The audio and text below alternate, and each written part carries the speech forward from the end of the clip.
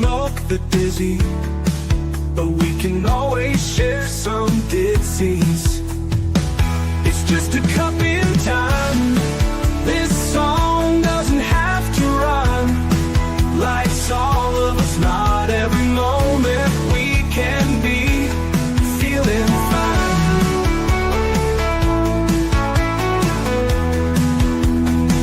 I wanna share a moment, just a second if you will, maybe even a cup of thrill.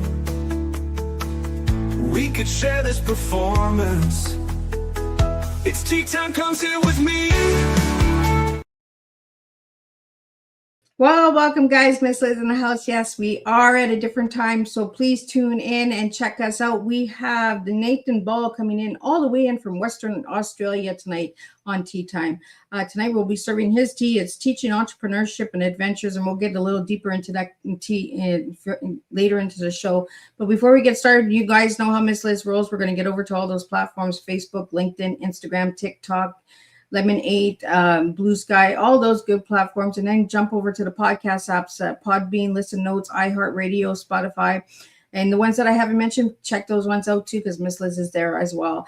Check out babyboomers.org, because Miss Liz is partnered with them, and you can find some incredible other podcasts out there if you're looking to be on other different shows as well, so check that out. But tonight we're going to be talking about Cracking the Rich Code. That's the book we're going to be talking about. So I'll have that pulled up so you guys can see what the book looks like and all that good stuff. And Nathan's going to share a little bit about some Shark Tank stuff and all that good stuff. We got a lot of goodies for you. But before we get started, we're going to do a disclaimer and then a beautiful intro. And then we're going to get Nathan in here and we're going to spill his tea. Disclaimer for Miss Liz's Teatime live show. Miss Liz's Teatime is a global platform dedicating to sharing real life stories, diverse perspectives, and meaningful conversations that inspire awareness, healing, and connection. I'm Miss Liz is going live using StreamYard. Before leaving a comment during the live broadcast, please grant StreamYard permission to display your name at StreamYard.com. Please be advised that all the content brought forward during any Teatime show is presented in good faith. However, discussions may include opinions, beliefs, and perspectives that do not necessarily represent the views of Miss Liz or the Teatime platform. Information shared by guests is based on their own experiences and is perceived to be accurate at the given time of airing. All guests, viewers, and participants are responsible for using their own good judgment when considering any action or decision that may relate to these discussions. Some episodes may cover sensitive topics, including but not limited to trauma, abuse, grief, mental health, and other emotionally triggering subjects. Listeners' and viewers' discretion is strongly advised. Teatime with Miss Liz is an open discussion forum designed to offer insight, inspire awareness, and create connection. It is not a substitute for professional, medical, legal, or therapeutical advice. If you require professional support, please seek assistance from qualified professionals or trusted resources in your area. If you have any questions regarding this disclaimer or the content of the discussion, you are welcome to contact me, aka Miss Liz, directly at my email at bookingmissliz@gmail.com or visit my link tree at Miss Liz's Teatime. By choosing to participate in, comment on, or view these live shows, you acknowledge and accept this disclaimer. Your participation is entirely voluntary. I, Miss Liz, welcomes you to join the conversation with an open heart. And if at any time you feel this platform is not right for you, I respect your wishes and decision and welcome you back whenever you are ready. Teatime with Miss Liz is serving truth and awareness one cup at a time. Well, welcome to Teatime with Miss Liz, where bold conversations challenge perspectives, spark ideals, and remind us that success is rarely built inside comfort zones. Today's guest brings energy, innovation, resilience, and a fearless approach to entrepreneurship that breaks the mold of traditional business thinking. Please join me in welcoming Nathan Baws, serial entrepreneur, business strategist, author, speaker, and self-described business athlete. Based in Perth, Australia, Nathan has built and scaled more than 19 businesses, some reaching 7 figures and others crashing and burning along the way. What makes his journey powerful is not just the wins, but his openness about his failures, lessons, risk, and reality behind entrepreneurship. From appearing on Shark Tank Australia to setting a Guinness World Record for ice baths, Nathan continues to push limits and challenge conventional ways of thinking. His message is simple. Growth comes from movement, risk, adaptability, and being willing to do things differently. Tonight's Teatime will explore business growth and innovation, opportunity and creative thinking, resilience through failure, entrepreneurship without limits, the mindset behind becoming a business athlete. Nathan's approach reminds us that success is not about avoiding mistakes. It's about learning how to move through them with purpose, grit, and vision. So grab your cup and get ready for a conversation filled with insight, energy, disruption, and real life tea, truth, experience, and awareness. Let me get Nathan in here and spill some tea.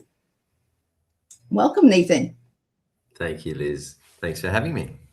It is a pleasure to have you. I always like when I have different countries come in because then we get different perspectives. Absolutely. Do you have your Australian translator on hand here? I don't, but you know what? We might have a listener that is a translator and who can translate this for all of us. Might be useful. Lovely. So Nathan, let's get to know you a little bit before we get into your book and all that good stuff in your tea. So who is Nathan as a little guy and who's Nathan now? Yeah, I guess I'm a slightly taller version of the little guy that I was, but there's a few things that have grown along the way with. My focus in life is business and family. They're the two big things. And from a very young age, I realized I needed to be in business. I was about 6 years old when I first started in the journey, and learnt a lot of things along the way, tried lots of different businesses along the way. Just obsessed with the idea that you could bring people value and get paid for it. And so I've been in lots and lots of industries, ones that I had no idea about, and realized that it didn't really matter about that. It was about bringing good people together and good people who knew how to run those businesses and adding additional value and solving problems, which I feel entrepreneurship is all about, and creating a commercial outcome from solving people's problems. So that's where I am today from that journey.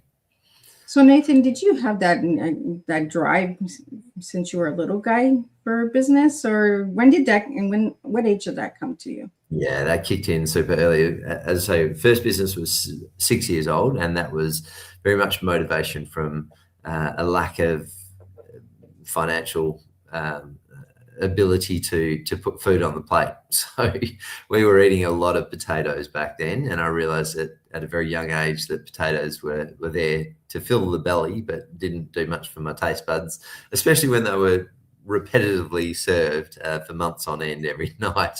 So I realized very quickly that mum wasn't able to make the bill payments on her own, and she needed a bit of help.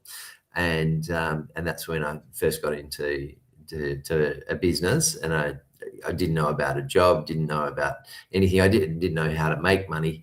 I thought when you make money, it was physically making coins or notes. So that's how much, at that age, about that sort of thing. But soon realized that didn't quite work. So I had to find some other solutions to help with the daily meal. So Nathan, you said your first business was at 6 years old. What business did you have? Well, what do you do at 6 years old? What skills do you have? Newspapers? Did you deliver newspapers? Well, that was definitely always on the radar. I always thought that would be something great to aspire to. As it happened, the only skill I had back then was making paper airplanes. So that's what I did. I was with my cousin. I was staying on his farm, and I said, mate, Jerem, by the end of this day, I was staying there for a week. And it was really always exciting when I stayed at my cousin's farm, because it meant, first of all, no potatoes, because they didn't really eat potatoes every day. And secondly, I used to like hanging out with my cousin. And I said, mate, by the end of this week, we've got to make some money. And as I say, my first attempt was actually to make coins and notes. So we looked around the farm for something that looked like a coin. And luckily his dad was a big fan of beer, and he had lots of beer caps laying around the farm, and we sort of thought, well, that kind of looks like a coin. So we got our permanent markers out and started writing 20 cents and 50 cents on these little beer caps, and thought we'd just made money for a few minutes, and then realized it probably wasn't it. So we went into the discussion of, well, what are we good at? Maybe something that we're good at we could turn into a business. And as I say, at 6 years old, there's not a lot of things that you're particularly good at that stage. But paper airplanes came up as one of them. And so we set up this shop by the side of, on a trestle table by the side of the road in the middle of the country, where there was no cars, no traffic, no anything other than cows in the paddock. And and they didn't have credit cards on them, so they weren't much use to us. So yeah, we sat up and we learned how not to run a business, and didn't make any money, but gave us a whole bunch of clues about business. And then from there, I did a series of other things. The next thing that I did was breeding earthworms, and that was my first money making exercise with real money. Good old earthworms, right? Yeah. It was funny. I learned all about them. I had no idea. Learned all about them, like in detail, like biologically, what all their biochemistry and all sorts of things was of the body. This is at like 14, and then I gave a speech to a permaculture society on earthworms and educated all these 60-year-olds, 70-year-olds on earthworms and how good they were for their garden. And I sold a whole bunch of them, which was quite cool. I don't know, maybe people pitied me or something, and just get rid of the kid here. Here's $20, go away. So yeah, so that was a real one. Well, Nathan, you created over 19 businesses before you turned 50. So what other kind of businesses did you open up? And tell the listeners how, because people hear business, right? And then they think success. They don't think of, some of them flop, some of them go good. So share a little bit about that. Yeah, lots of different industries. So I was trained as a naturopath, so natural medicine, and then decided that, ran a bunch of pharmacies. So I learnt under a very, very good pharmacist and a very good entrepreneur.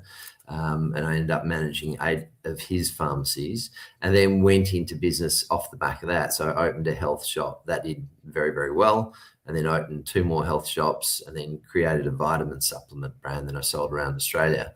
And then went into property in the UK. We were doing creative finance in property. Then came back to Australia and been in a bunch of businesses since then. And things like we run a bookkeeping business now, which was a solution to something that I never had and always wanted from my bookkeepers. I always wanted a bookkeeper who would actually do the bookkeeping, but also help me grow my business, because I thought that was a natural progression of what a bookkeeper should do. As it turned out, they never did. So I thought, well, stuff this, I'll build the business that I've always wanted as a service. And now we offer bookkeeping with business growth at very, very economical rates, because it's everything I always wanted. So that was that. And then I've done restaurants. I opened 3 restaurants. 2 of them really failed badly and lost a lot of money, and learned a lot of lessons, which was fantastic, which I apply to every other business. We currently run, one of my main businesses is called Tommy Sugo, which we do, we manufacture pasta. I was on Shark Tank for that one. And that one does pretty well. What else do we do? A weight loss program in Indonesia. We're setting up in a couple of hotels over in Bali.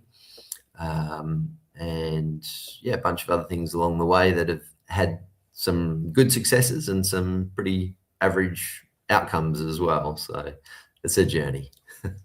Well, Nathan, tell me a little bit about Tommy Sugo, because I watched that video and that was a deep pitch with those sharks. They were biting. Yeah, they had sharp teeth. Yeah. And they can either spit you out with a decent outcome, or they can spit you out chewed up fully. So luckily for us, for whatever reason, they decided to give us a good edit, because it could go either way. I mean, we filmed it for 45 minutes, and out of that time, there's a lot of grueling questions, a lot of uncomfortable moments, but for whatever reason, they decided to give us a good cut, a good edit, and at the end of it, actually 2 sharks gave us an offer, although you only see one of them on TV. So it just makes you realize how much they influence the way it's going and the storyline. And it's quite funny because they cut and paste reactions from different questions that aren't actually related to those questions, but they, for the whole theatricals of it all, they put it all together. But it was great. It was another way that we created some free organic media around what we were doing, and we figured it was probably worth about $100,000 for as far as visibility and brand recognition. And it's something now that, often people say, oh, you were on Shark Tank. And it just gives that a level of knowledge and trust straight away to a customer when they're purchasing. So it was definitely a worthwhile event. Yeah, I was on the edge of my toes. Are they going to get it? Are they not going to get it? I could see your face. I was just like, oh no. But they do that, right? They take out things and they edit stuff and they make people see it in a different light. So Totally. Like you said, there was 2 sharks that made a deal. There was one that I seen and I was just like, oh, this is juicy. This is good. Like, are they going to get it or they're not going to get it? So It makes you want to watch it to the end, the way that they did do the edit. So it was good. Yeah. They're great at building suspense and the music and the long pauses. They put it all in, which is that's fine. So it's all part of it. Absolutely. Well, we have a question that just came in for you, Nathan. It is, how did Nathan overcome failure while building businesses? Yeah, that was definitely a big part of my learning curve. And I think when you see it as that way, it is just a learning curve. It doesn't define who you are.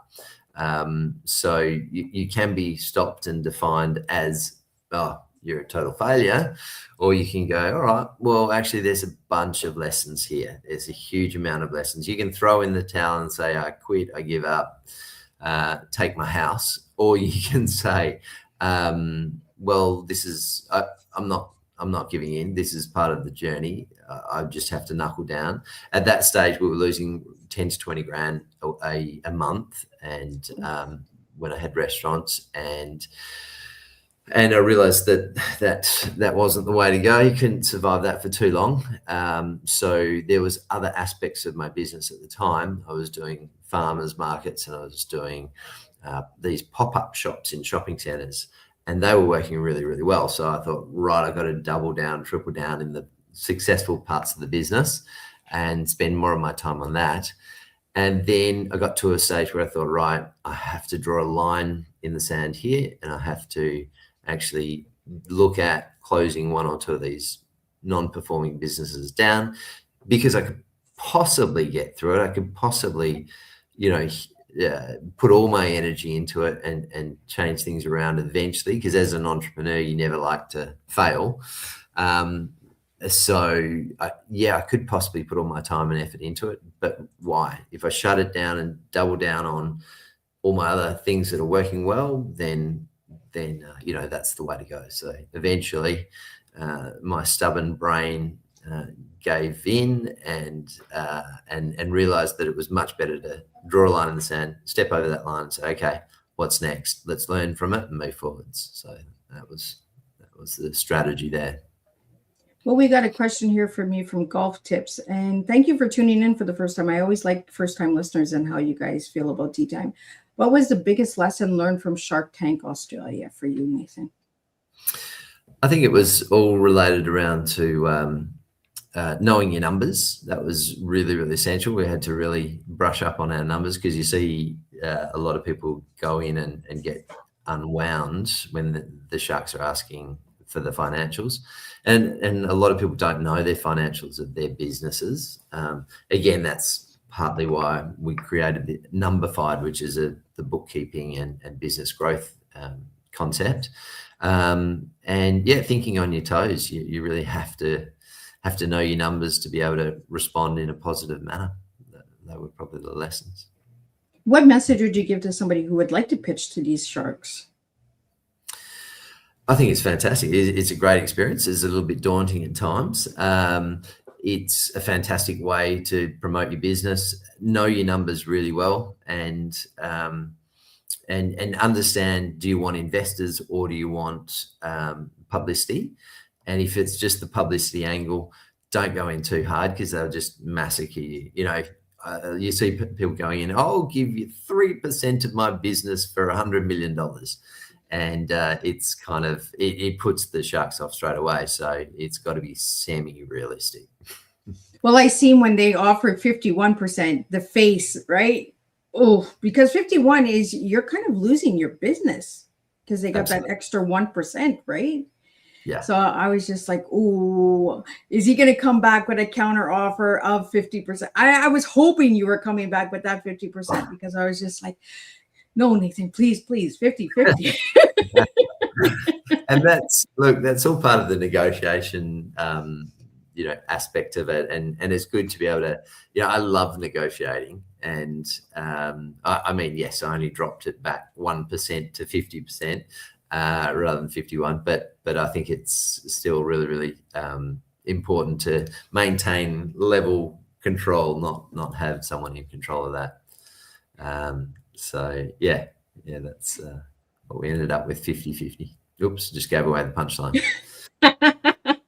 And anybody that would like to check out your Shark Tank video, they can find that on your website as well. And it's a 13, almost 14-minute video, but it's worth watching, guys. I'm telling you, to keep you on your toes. It kept Miss Liz on her toes. We have a comment here for you from it's Makla. Amazing live show with so much energy and motivation. Nathan's story is a powerful reminder that success comes from resilience, action, and learning through failure. Really enjoying this conversation. We have a question here from Mario for you, Nathan, is how important is mindset in building successful businesses? Huge. A lot of people that say that it's not involved, I think I've often seen them go through a lot of challenges and slow the business down. From my perspective, I kind of see it as becoming a business athlete.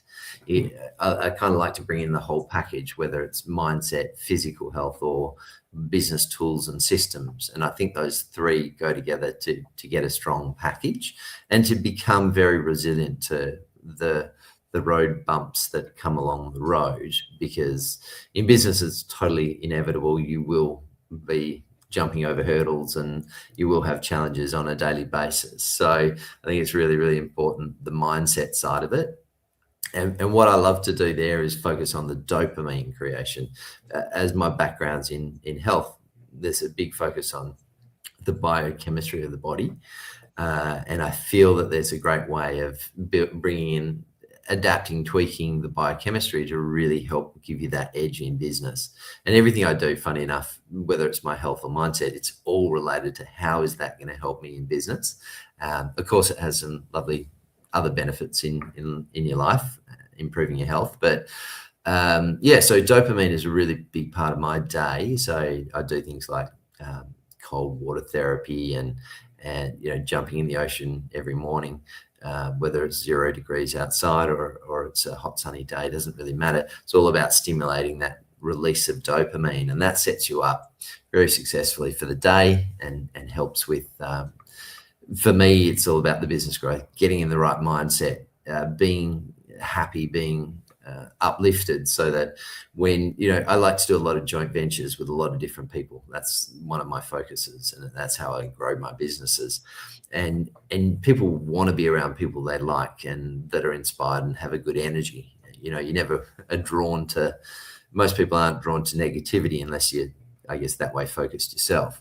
So being in a good frame of mind, I find very, very useful for dealing with people and moving people out of a negative state into a positive state, moving people forwards in business, moving people forwards in life, as you need them to go if you're planning on doing some stuff with them. So, well, Nathan, you talked about your ice plunges. Let's talk about the Guinness Book Record. How did you get that? Yeah, there's a bunch of us actually. So we did an ice bath in Perth, and it was the biggest ice bath in the world. So there's about, I think, 500 or 600 of us, and we all did it down the beach. And there was the Guinness Book of Records there adjudicating the process. But to me, that was just really part of that process of okay, the focus is on dopamine. Other people as well, it's very uplifting. Dopamine gets raised by about 240% for a couple of hours after an ice bath when you do it for 3 minutes. So it has a huge impact on your well-being. And that was just part of that journey of focus of getting the dopamine levels right. Yeah. So Nathan, how old were you when you did your first ice plunge? That was just a couple of years ago. So I've been doing cold water therapy, as in beach, through all year round. So it doesn't get too cold in Perth, but the lowest temperature we get to is 0 degrees in winter. So that's cold enough to get the blood pumping or contracting out of your body. Yeah, but it's fantastic. You feel incredible once you've done it. Absolutely amazing. You know, when you're the only one down the beach and it's raining and hailing and the waves are really rough and there's no one else around, that's when I find it's like, wow, this is a great sense of achievement. No one else is mad enough to be here, so I must be doing something right or wrong. Well, you know, being a businessman, you got to be mad sometimes, right? You got to get in the wave and you got to just jump and you got to enjoy the ride. Yeah. And I think, Liz, that's what it's all about, changing your perspective on things and to make it suit you, because there's a lot of crap that goes on a daily basis that is quite negative and challenging. And if we have the ability to reinterpret that as something positive and good and a learning curve and all those sort of positive connotations that we can put with it, then surely that's got to serve us better than, you know, huddling up in the fetal position and crying about it. So it's the perspective that we choose that can determine your, you know, how quickly you get on to the next task, or how slowly, or the fact that you just stop and give up. I like, you know, and I like having guests like you on, Nathan, because we bring the different perspectives of business, right? You show the failure, you show the success, you show the struggle, and, you know, jumping into a bunch of different things. Like you got like bookkeeping, health management, pharmacy, cooking, you know, like there's so much different avenues that you jumped into, which comes into this question here that came in from Damian. What was Nathan's toughest business challenge to overcome? Yeah, I think it was when I was in the restaurants, and at the end of the day, the restaurants, I had 3 of them, and they would all send the end of day reports, and I would go from being happy with the family to reading these reports of disaster, and just my mood would change very, very quickly. So I think that was my biggest challenge to overcome, those challenges, that negativity, and at that time I wasn't working. It was just really about survival, business survival, and I didn't have all the additional tools. I wasn't working on the dopamine and the cold water. I wish I was, because I could have handled it a lot better. But I was very gritty and I wasn't giving up. So we needed to find solutions, and we eventually did. And the good thing is there's always a solution out there. Like whenever we have a problem, I think it's really interesting to understand that you're not the first person with that problem on the planet. And the chances are someone has solved it successfully previously. So it's just a question of looking for that solution and, you know, collaborating with people who know how to fix that problem and get working the way through it. We have a question here from Agar. What daily habits help Nathan stay in a flow state? Yeah, flow state's awesome. That's what I love. That's what I always try and focus on being in. So it's just a very useful way of staying optimized for business outcomes. And as I say, everything I refer to is business, but it's good for every aspect of life, even if you're not in business. It's good for relationships. It's good for your job. It's good for everything. So so things that I really focus on, as I say, cold water therapy. Eating well is really important. I focus on a ketogenic diet. I've been on that for about 6 years. Very, very strict. And it's easy for me to be strict with that because I just feel the benefits. And when you feel the benefits and you're assisted by it and helps you, and it helps me achieve my outcomes, which is higher energy for longer periods of time, so I can deliver better business results, again, back to business, then, that's very important. And being in ketosis is a very useful biochemical state to optimize the brain function and the clarity and the energy and the motivation. All those things spin off the back of the release of ketones in your body. So yeah, cold water, ketogenic diet, exercise, and movement of the body, and the mindset, putting positive stuff, trying to eliminate any negativity around you. They're probably focus points. Well, Nathan, I want to get into your tea that you gave me because I think it's really interesting. The tea that you gave me was teaching, sharing actionable marketing and insight. And then for your E was entrepreneurship, building and growing businesses in the digital age. And then adventure, exploring new ideals, experimenting, and pushing boundaries. Let's start with the T first, and then E, and then the A. Yeah, sorry. The T for, sorry, which one? And the T was sharing actionable marketing and insights. So let's start with that one, and then we'll go to the E, and then we'll go to the A. Marketing. Yeah, sorry, the marketing insights. Yeah, I mean, marketing is a huge part of any business.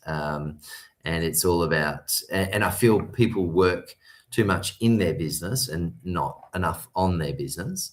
And it's a very, very important differentiating factor to the success and the growth of the business. So we all get involved transactionally in businesses, and when you're running a business, and it's just too easy to stay as an operational position in a business and with your head down, bum up, working very, very hard. And what we need to start thinking about is how we can move into a growth phase of the business where we're actually working on the business, doing the marketing, doing the promotional activities, doing things like I'm doing right now, right? Getting more exposure.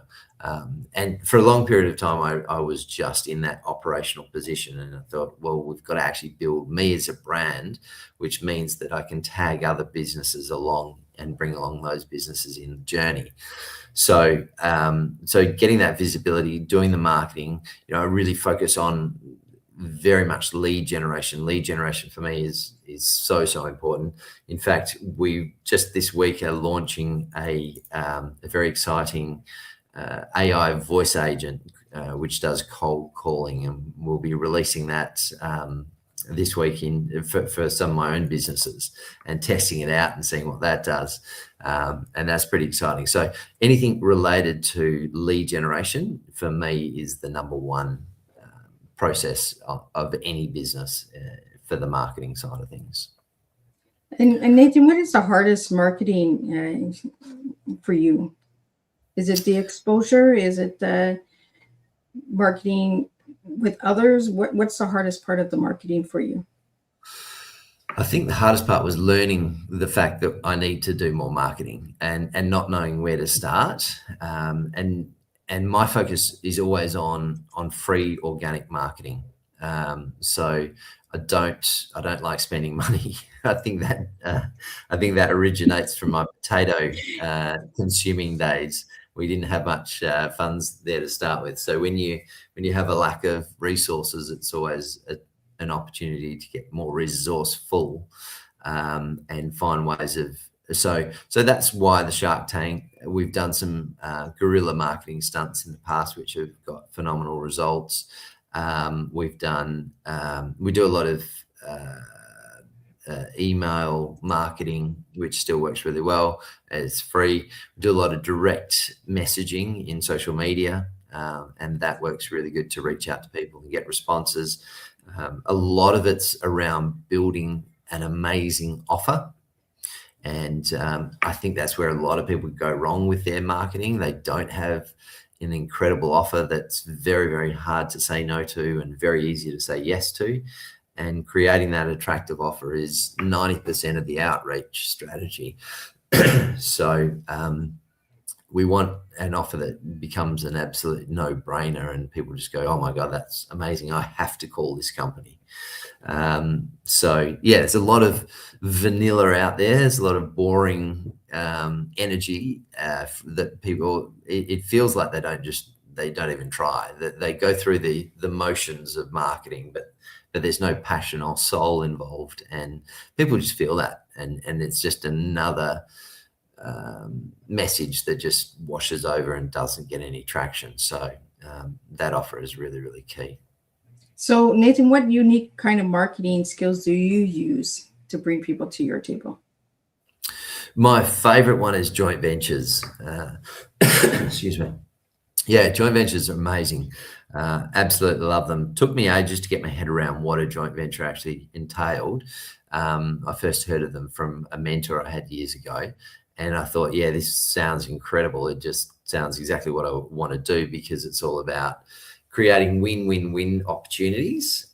So your customer wins, your joint venture partner wins, and you win. So if you can get those three aligned outcomes and with creative thinking, then you can put together an amazing offer, and you can put together a very quick database. So it's about tapping into other people's databases that already exist, that are your ideal client in a non-related field. And the more creative you can get with that non-related field means that the offer will come through with so much more value and so much more uniqueness. So it's all about creating that offer, joint venturing, partnering with someone that everyone's going to get a win out of, in an unexpected way, in an unexpected manner, and it's quite unique in that respect. And it's free. You can do it, and you can scale your business literally in 7 days in a massive way. And you're not just limited to that one joint venture. Once you've set up the foundations of a great joint venture, you can then go and replicate that in as many partners as you can and have them all ticking along synergistically. It's absolutely amazing. In fact, I'm working on a book and a course, because I just feel so strongly about the fact that, and no one's really doing it. It's a free marketing exercise. It's a free business growth strategy, which just works so quickly, and no one's really talking about it. So it's well, nobody's talking about the free stuff. Everybody's talking about the stuff where it's cha-ching, cha-ching, cha-ching. Right. And being a bit of a tight ass, I look much more for the free ones. Right. There's so much opportunity out there that people are missing because they're looking at the dollar sign, when there's so many free opportunities out there that people are just blindsided by because they're so focused on the dollar sign. There's a lot more noise coming in from the dollar signs. So, yeah. Everyone's doing it. But a lot of the time, the organic stuff can be more powerful. You just have to be a little bit more skilled and knowledgeable about it, because you'll try it first and it might not succeed. So you have to tweak and adapt. Well, you just got to keep trying, right? You got to keep trying and getting back up there. It's like the pitch, right? From Shark Tank. You just got to keep pitching until you get it. Yeah. We have a question here from Bob for you. Is what inspired the ideal of opportunity Alchemy? Am I saying that right? Alchemy. No. Yeah, opportunity alchemy. Yeah, that's all involved in creating opportunities, and it's like when you're thinking about buying a particular car, and you see that car everywhere. It just all of a sudden it appears on your radar, and it never did before. So opportunity alchemy is all about creating opportunities for you, being in the right aspect of your mind and your chemistry and your energetic cycle to actually attract and open up those opportunities to you.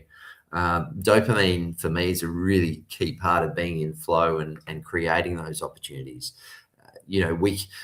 People will say different times, oh, that person's so lucky. They've had amazing luck and they've grown a crazy business, or they've, met the woman or man of their dreams, or whatever it is, they're lucky.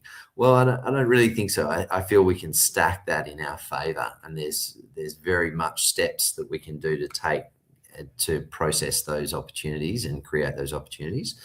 And dopamine for me, again, is, I keep harping on about it, but it's one of those things that puts you in that energetic flow state. That you start being more receptive. Dopamine actually increases your awareness, and with better awareness, you can see better opportunities. And with your energy being high, people wanting to be around you, then that's the opportunities that can come in. It's quite amazing when you put yourself in that situation and you start looking for opportunities, and you start seeing more. and you start having the right conversations and attracting the right people to you, and it's just a flow from there on. You can achieve some quite interesting outcomes with that big process. Absolutely. Nathan, I'm a strong believer that they'll find you if you're doing it right. Like, you found me. I didn't find you. Nathan found me. So I was doing something right on Teatime. So I just want to put this comment out here that someone shared. Not your average investor shared. Thank you for hosting such an inspiring conversation tonight. The combination of entrepreneurship, resilience, and mindset advice is in this live is incredible, valuable, and motivating.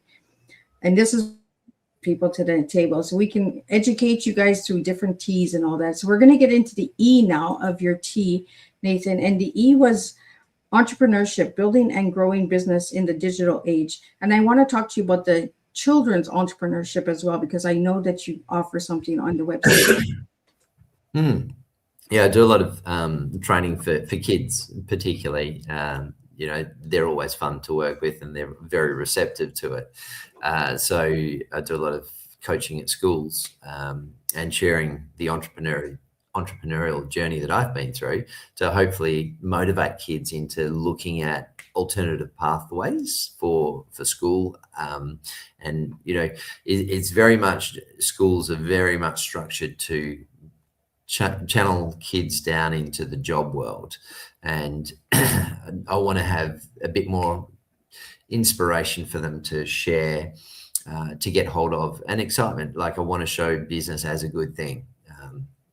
So I spend a lot of time at schools, presenting to schools about the entrepreneurial mindset and the exciting things that you can achieve, and the fact that we can start solving lots of problems around the world, because there's a truckload of problems everywhere right now, and we need entrepreneurial thinking more than ever.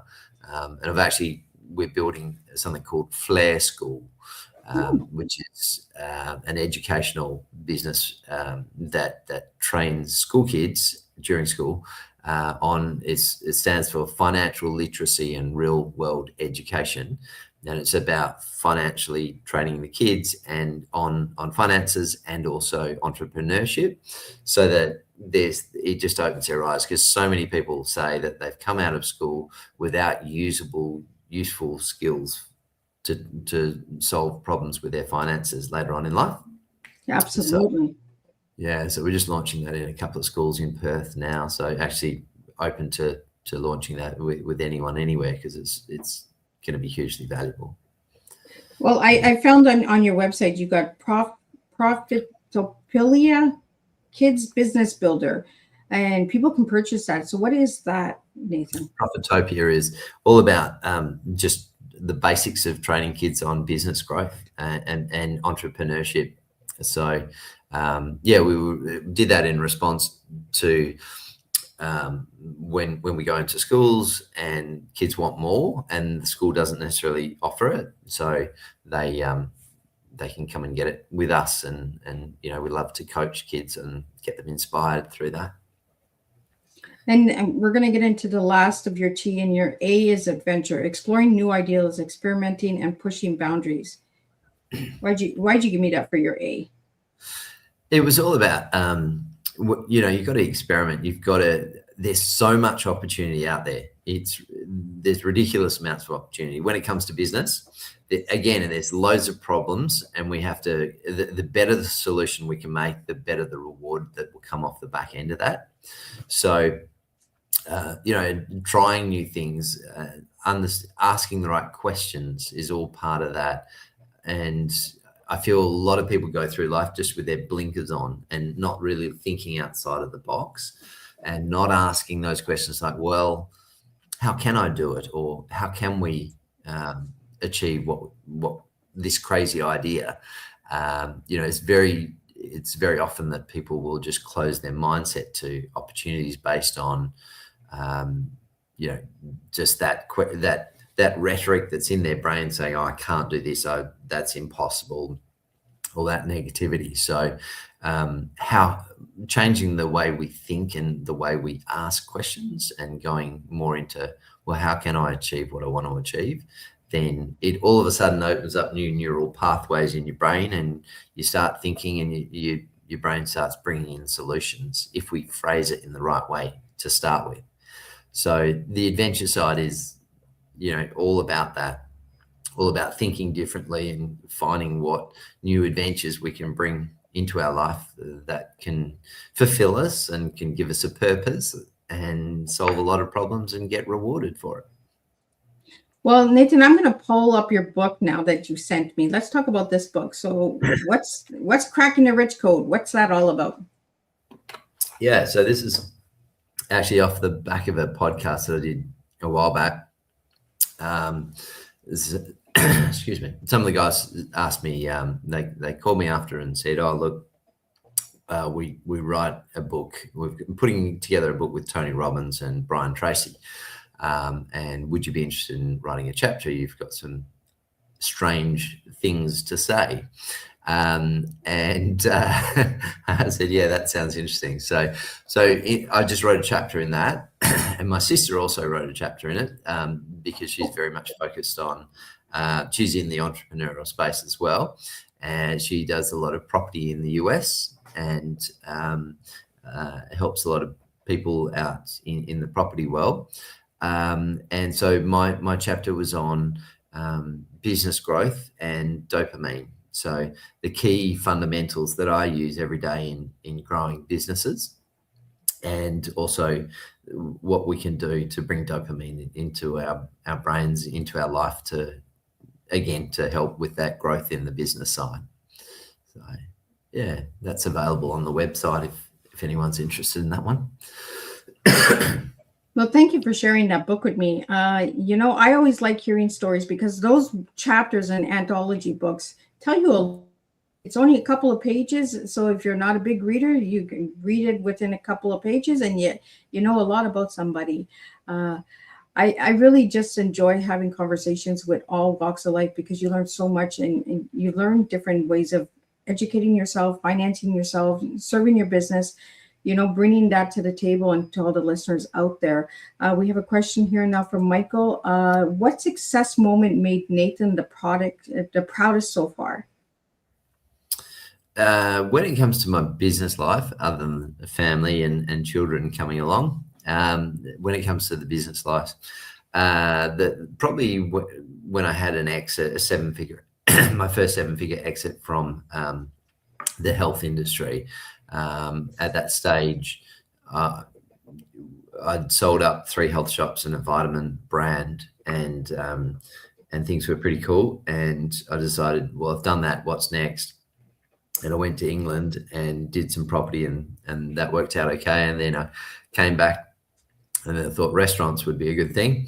But life is really good. It has a way of keeping you very balanced and smacks you in the face pretty quickly when you get a bit cocky about things. So that was pretty good too. I got that nice slap in the face and kept my feet on the ground.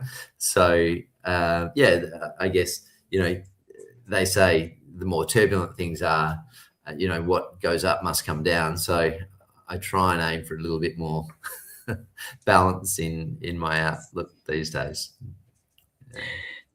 We have another question for you from Real Estate with Kate. What's one mindset shift that changed Nathan's life the most? I think the ability to reinterpret things to my benefit was huge on that radar. So, I realized very quickly that we're going to go through some turbulent times, and it's the way we adapt and re-anchor those things in our brain to benefit us. There is no blueprint in life. There's no way that we're supposed to do things. I feel we're told different things, and we learn different ways of doing it from our family and society and things. We learn how to react to and respond to different events. But I feel that if we can actually be in control of those reactions and those responses and be in control and dictate and decide how we're going to react or respond, rather than society tells you to cry when this happens, society tells you to be happy when this happens. What if we could shift that dynamic and say, well, does that serve me? And if not, how can I shift it to my benefit? So what if every time someone came up and yelled at you and argued with you and abused you, I mean, hopefully that doesn't happen too many times, but as an extreme case, what if when that happened, you responded in a totally different way? You responded, and I'm not saying I can do this or I've mastered it at this stage, but what if we could say, all right, in a loving way, look, I can understand you going through a bit of pain here. How can I help you? What difference could that make to the outcome and to you and to serving you better? So, in a situation where you get a disgruntled customer, you've got an opportunity to see it in a different light, to see your business in a different way, to see potentially the problems that may exist there. And you've got an amazing opportunity to turn a customer around into a raving advocate, a massive fan. I think stacking things in your favor can be a really good focus on the mindset there. Well, Nathan, I got some lightning bolt questions here for you. So if you want to just give me some quick answers to them, and then I'm going to get your final message to everybody, because the time is just flying by tonight. Like we just started and we're almost at the end. So the first lightning bolt one I have for you is one word that defines your journey, Nathan. Fun. Do you want to tell us why it's fun? Yeah, because everything that I do has to be fun. So every experience that it has to come from a fun state. If it's not, I won't do it. If it's not, I won't stick to it. I won't follow it through. So for me, I know how I work best. And if something doesn't excite me and keep me interested and just keep me really, really pumped at an opportunity, then it's off my radar very quickly. So that's how I find I can do very long days, because I will only do things that I really, really enjoy. And there's always people around, there's other team members around that will take care of those bits that aren't enjoyable. And that's what I like to do. So I can stay in that highly optimized state where every day is just fun, like, one meeting after the next. Those meetings I'll only do if it's moving us forwards and I see a fun side to it. And I will actually, again, tweak. This is not a one-word answer now, sorry about that, but I will also tweak that in my favor, so that so if I'm not enjoying something and I know I still have to do it, I'll look for a fun aspect of it. I'll look for where is that fun bit that I can enjoy through the process. So you kind of find that little twist in the lemon to bring the fun in. And it gets you through. Yeah. Actually, again, not a one answer. My son taught me this really well. We were going to karate when he was little. He was about 7.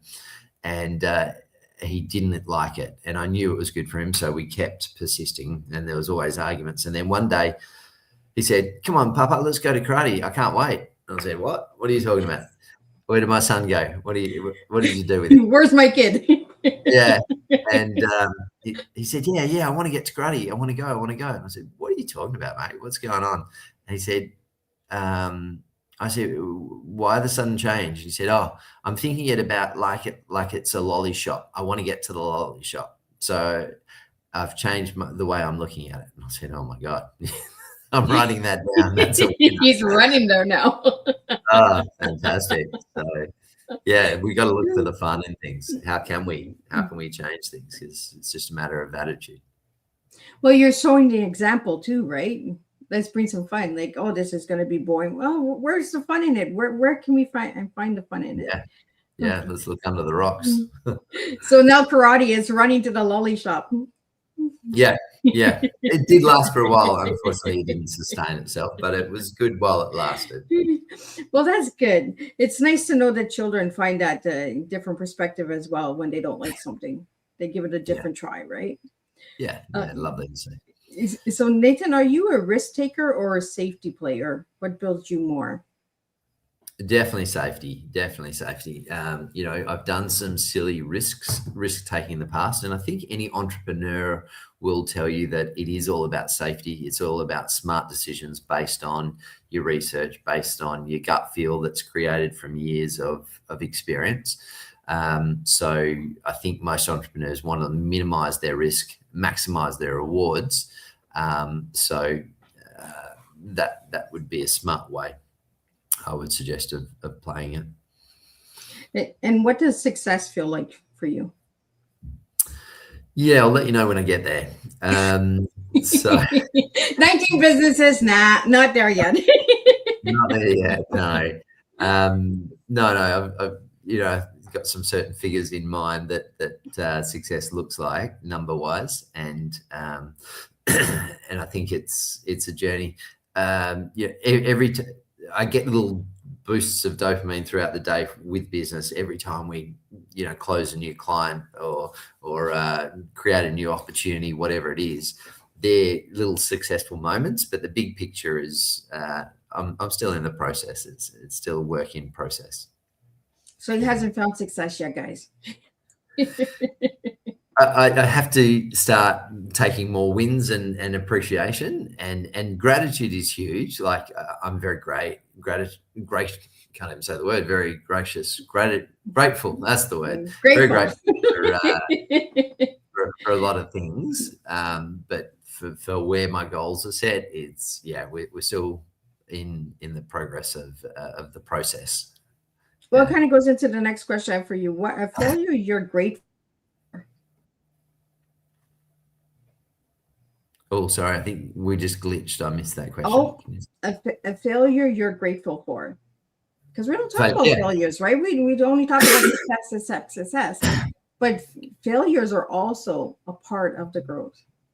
Absolutely. Yeah. I mean, we touched on the restaurants that they were losing a lot of money. And yeah, I wouldn't take that away. I wouldn't take that out of my life if I had a magic wand and the option to remove it. That failure or learning process or learning curve is part of my smarter moves now, thinking things through a lot better, doing my research a lot better, doing my due diligence more thoroughly. And so that plays a big part, and wouldn't avoid it. It's part of the journey. And what does make it happen mean to you, Nathan? I think that's a big part of my focus, like asking the question, how can we make it happen? And let's just make it happen. So getting the results, what can we do that gets the results today? What action do we have to take now, immediately? And let's make it happen. Let's get the results we're after. That's a big thing. And Nathan, do you have any events or anything that you'd like to share with the audience tonight, and your final message to everybody?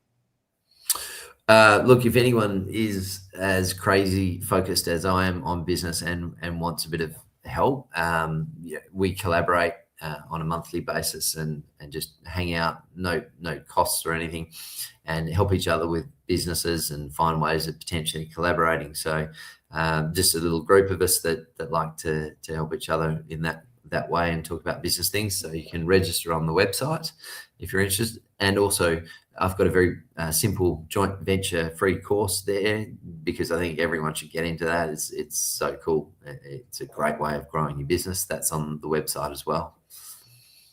And what's your final message for everybody tonight? Look, I think passion is really, really important in anything you do. Find the fun in things, and then the passion follows. And if you can enjoy things, as I say, we're in a very vanilla world. There's a lot of problems out there. People are doing things with blinkers on, and bringing a bit of passion into it, and using all the tools that we have in our toolbox, like optimizing our health and our mindset and learning about business growth. All these things are fantastic to to enjoy the journey and the process so much more. Well, thank you so much, Nathan. Thank you for joining me tonight all the way from Australia. Miss Liz always loves bringing in different countries, because I'm